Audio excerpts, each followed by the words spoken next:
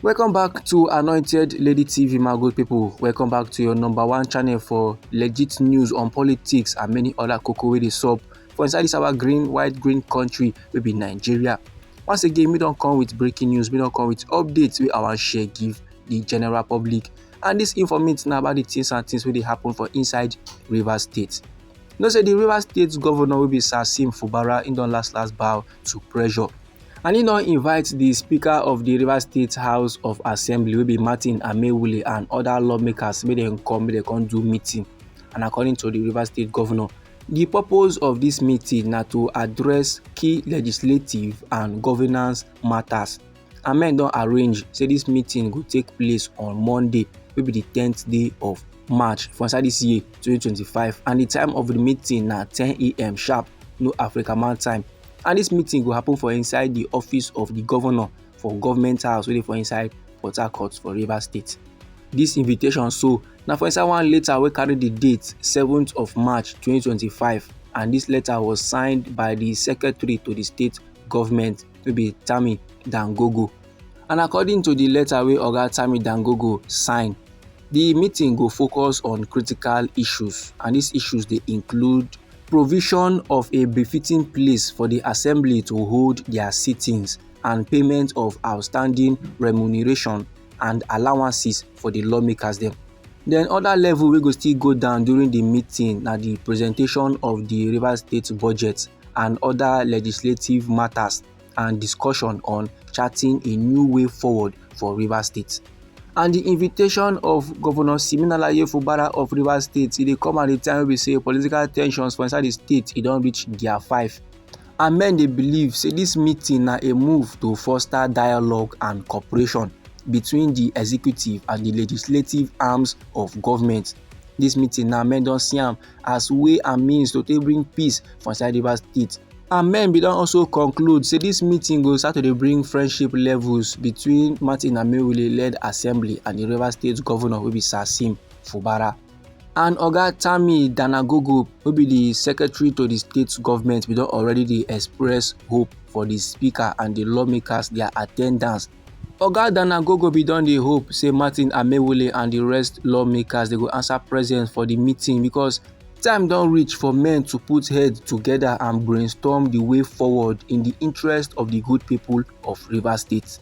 But however, I believe say the thing go surprise Fubara and many other Rivers State people sake of say Martin Amaewhule and the lawmakers wey dey loyal to the former governor of Rivers State wey don be the minister of FCT, and I'm talking about Wike, they don reject the invitation from the Rivers State governor Fubara.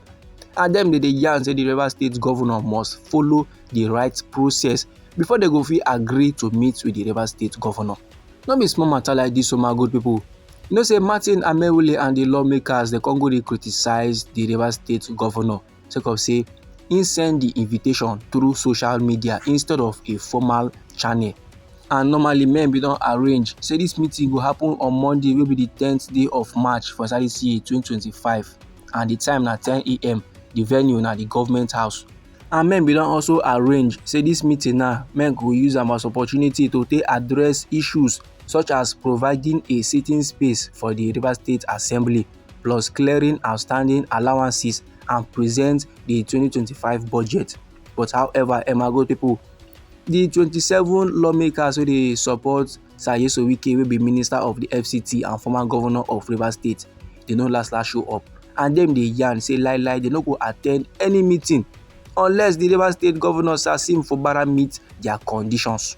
And one countryman wey dey go by the name Isaiah Opuende, he na one of the most vocal critics of the approach of the Rivers State governor, and he na the Harcourt constituency 2 representative.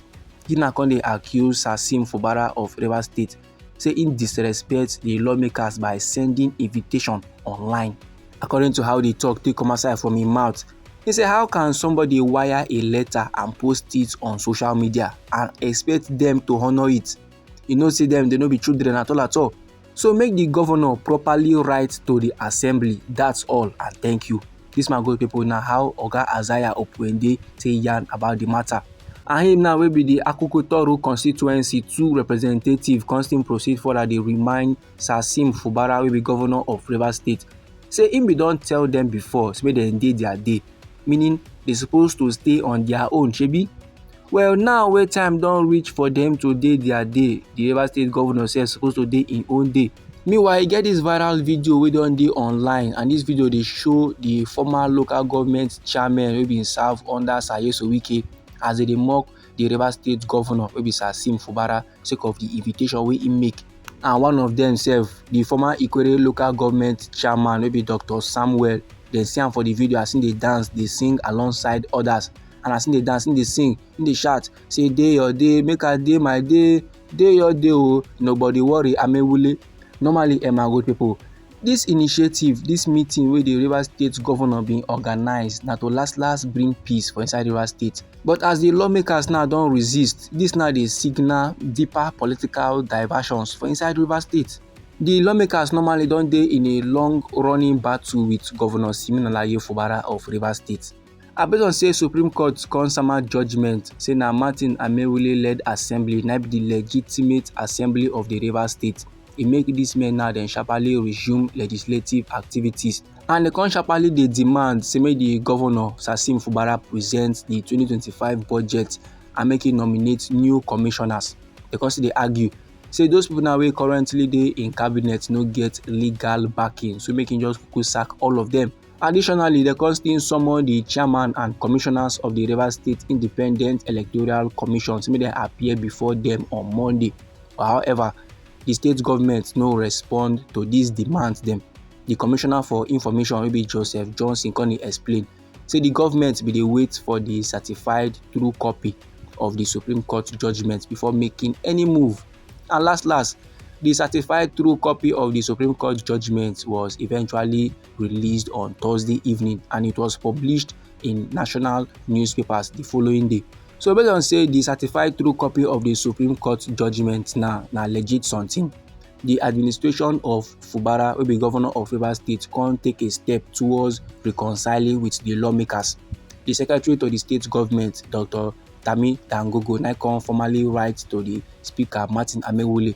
They invite them come for a meeting with the governor of Rivers State so that they go iron some kind matters and do some kind things in the interest of the Rivers State people. But Martin Amewule and the lawmakers then reject the invitation. This my good people, now the informate I want share give the general public. Anyhow the thing be you for body, feel free to make it drop am inside our comment section. Listen, now we be Anointed Lady TV, and now we dey like give una legit news on politics and many other koko wey dey sup for inside this our green country wey be Nigeria. So if you like this informate and you go like to receive more, try make you subscribe to this channel and try make you put on the notification bell so that as we come with more news, now go first receive the update and you go even get them sharp.